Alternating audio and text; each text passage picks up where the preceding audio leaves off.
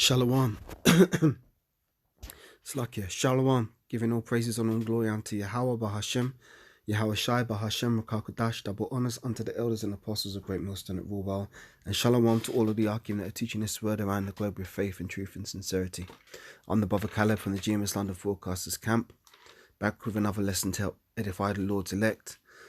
I'd like to start by saying that we are the real Hebrew Israelites, and the real Israelites, these are called Negroes, Latinos, Hispanics, Native Americans, West Indians and West Africans predominantly, but you will find Israelites that do look like the other nations, because we as a people have been scattered amongst all nations through our various captivities. But if your seed line by your forefathers goes back to the man in the Bible that was named Israel, then you too are an Israelite, no matter what you may look like, because Numbers chapter 1 and the 18th verse states that your nationality is determined by the lineage of your forefathers.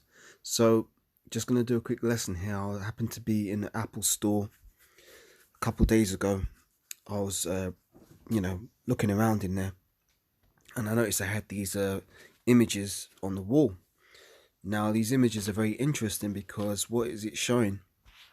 It's showing people engaged in their everyday life, and they're focusing upon the technology that's upon their wrist, which is called, I suppose, the Apple Watch, smartwatch or whatever. But if you look at what's going on in these images, it's very interesting because it's making an emphasis on the point that the technology is on the wrist. Now, what does this all lead to?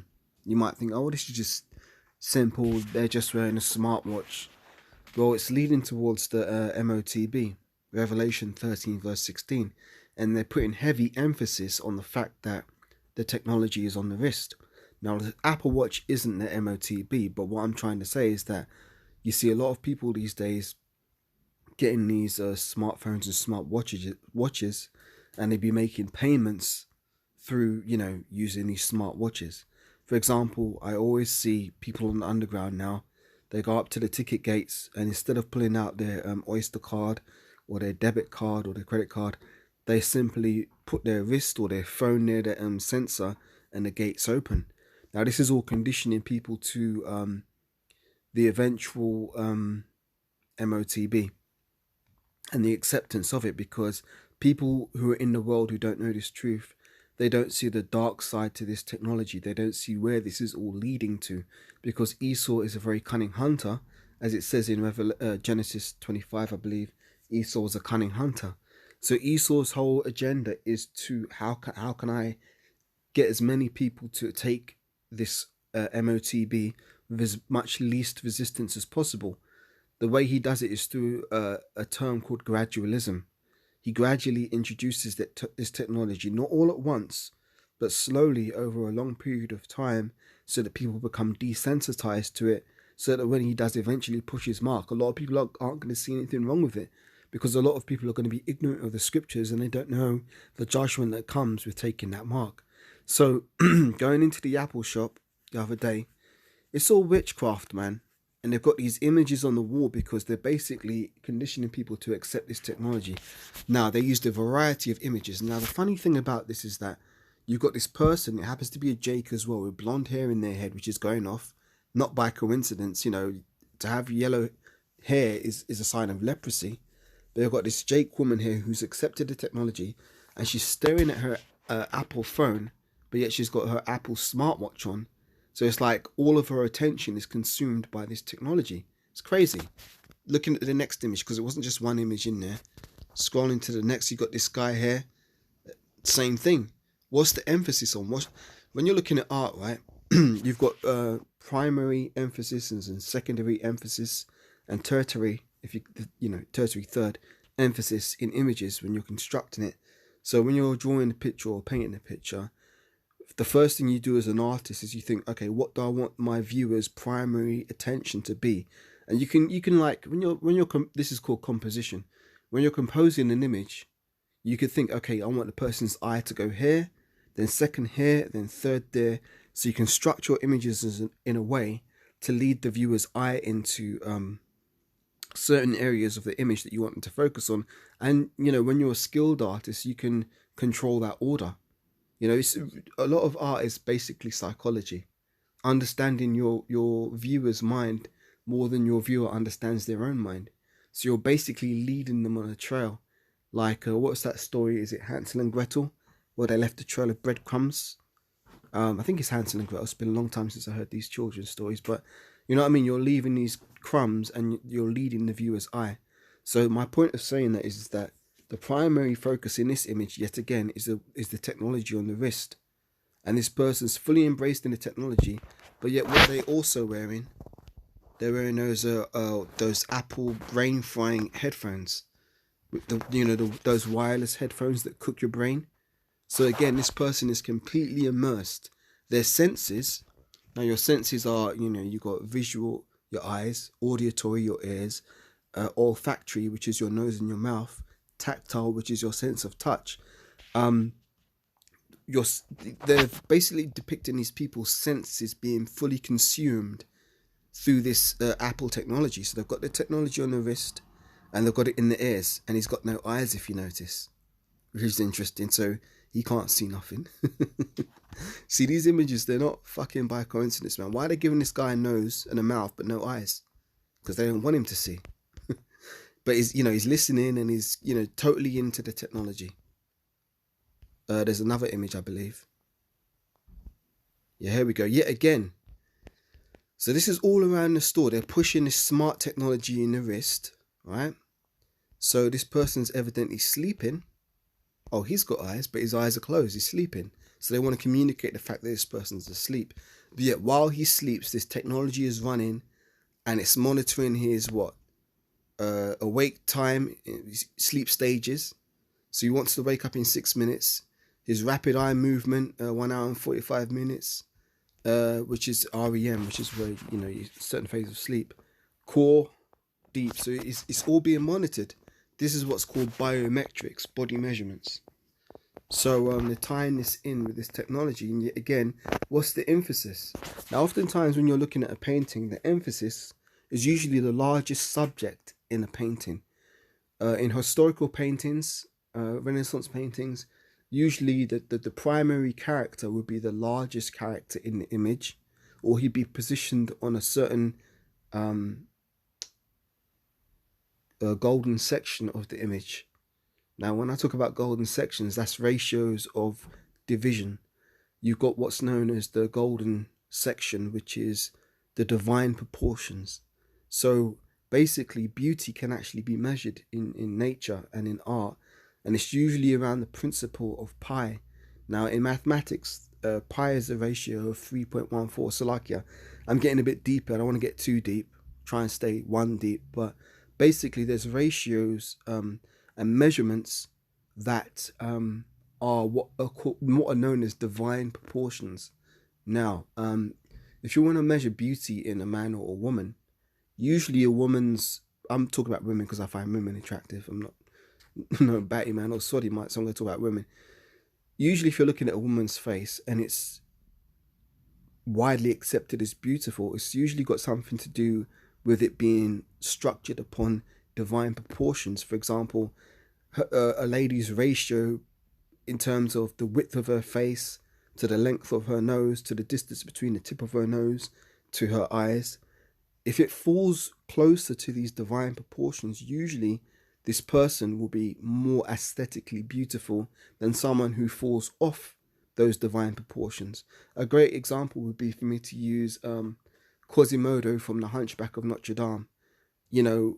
His eyes all lopsided, his face is misshapen because he's falling further away from that golden ratio of divine proportions. So therefore, he is widely considered to be what most would call ugly, aesthetically displeasing. So this is a principle in nature, but it's created by the Most High. Now, this principle I'm talking about, the golden ratio, it also applies to measurements in your body. So, for example, if you take the length of your forearm and you was to put your foot next to your forearm, your foot would fit perfectly proportionately between the start of your wrist and the beginning of your elbow. So your forearm is the same length as your foot. That's part of the Most High, one of the Most High's design signatures. Or for example, if you take your hand, if you put your hand in front of your face, the bottom of your palm will touch the bottom of your chin, and the top of your middle finger should reach the top of your forehead. So that's how you can measure a person's face in relation to their hands. Now, this is something that in art, this is called proportions. You know, when you're drawing the human figure, these are good principles to know because it can help you draw figures more realistically. And that's how I learned this stuff, because I was heavy into the art world before I came into the truth. So I learned a lot of this stuff through studying that. But where am I going with this? Back to the point of talking about primary importance, right? When you're looking at a painting or an image, usually the largest thing is the main focal subject of the image. And in this case, it happens to be the technology on this guy's wrist. And in all these images, as you can see, it happens to be the technology on these people's wrists. So that's what they really want you to focus on. And also, in this image, you've also got another character over here who's waking up from sleep. And what's the first thing he's doing? He's checking his smartwatch. He's checking his smartwatch, right? But if you notice, he's only got one eye. Now, for those of you who are not just new to the truth, what does the one eye symbolize in terms of the New World Order? You can see that on the back of the dollar bill. You know, you see a lot of these celebrities when they're taking these photographs, they're covering one eye. See, this is all part of the New World Order agenda, man, and they're showing their signature here. So, is there any more images in this sequence? Yeah, there's another one here. This is all murals all around the walls of the Apple store that I was in the other day. And I was thinking, whoa, man, they're going hard. So you've got another example here of the technology being the primary focus, this technology on the wrist. You've got this character over here who also is biking. He's got the technology on the wrist there, same way. This person's running. Again, they got the technology on the wrist. Also happen to be tattooed. You know, what's that in the next thing? Well, what are they really saying with this image? Here's the technology, and soon it will be under your skin. Because what do they do when they give you tattoos? They insert ink under your skin. Now, the scriptures say you're not supposed to make any cuttings in your flesh, nor print any marks upon you.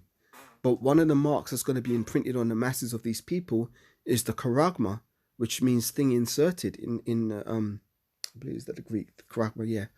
Thing inserted. So this technology is soon to be inserted under the skin. Now, also, when you're looking at images, right, there's a sequence. Like if you count numbers in a sequence, 1, 2, 3, that's sequential. If we was to count 5, 2, 7, that 2 is a sequence, but it's not easily understandable as a sequence without some study. Like you could take. So maybe I'm going too deep with this, but this is how I think, and I'm trying to articulate how I think in a logical manner. It will make sense. Bear with me. Let's take the sequence 1, 2, 3, 4, right? That's an easily recognizable sequence in numeral numbers because we're taught to count ascending 1, 2, 3, 4. So, okay, those are ordered in a sequence. You know, you're going up by 1 each time. That's the sequence. 1 plus 1, 2, 2 plus 1, 3, 3 plus 1, 4. So you're going up in a numerical sequence plus 1 each time. That's the most easily recognizable sequence in numbers because that's how we first learn to count, right? In art, there's also a sequence. So because in the Western Hemisphere, we have been taught to read from left to right. Whenever Westerners, you know, such as us, well, I shouldn't say us because we've got people all around the world watching these videos, but people in the Western Hemisphere, so for example, Europe, America, countries where they read from left to right, usually when they look at a picture, they will read the picture from left to right.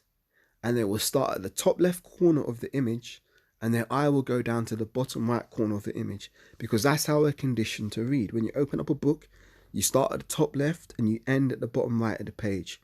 Now, really in the Hebrew, you read from right to left, but, you know, things have been turned upside down, and we are under the captivity of our oppressors. So we have learnt from our oppressors. So therefore, in UK, America, we read from left to right. So when it comes to these images, These images are designed to work upon the minds of those people. So therefore, the sequence that happens when such people look at a picture is they start at the top left corner and their eye immediately goes down to the bottom right. So what am I saying? I'm saying that to say, in this particular image, they're showing you the technology first, because if we start at the top left, of the screen here, and we draw a diagonal line from the top left corner to the bottom right corner, you look, what's the first thing your eye sees? The most focal point in the image, which is the largest thing, the Apple Watch technology. Okay, let's keep reading. What's the next thing we see?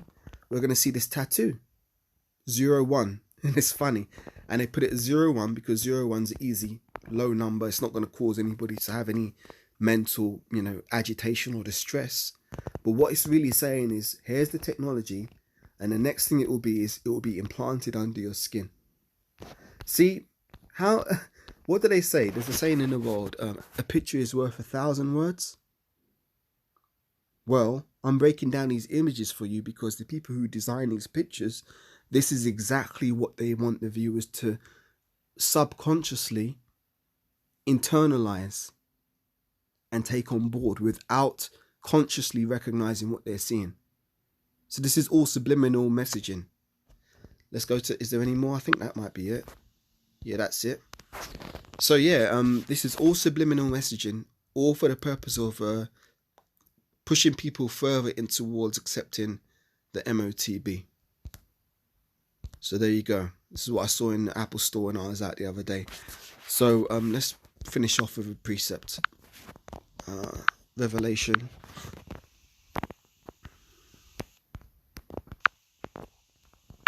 Starting in verse 16.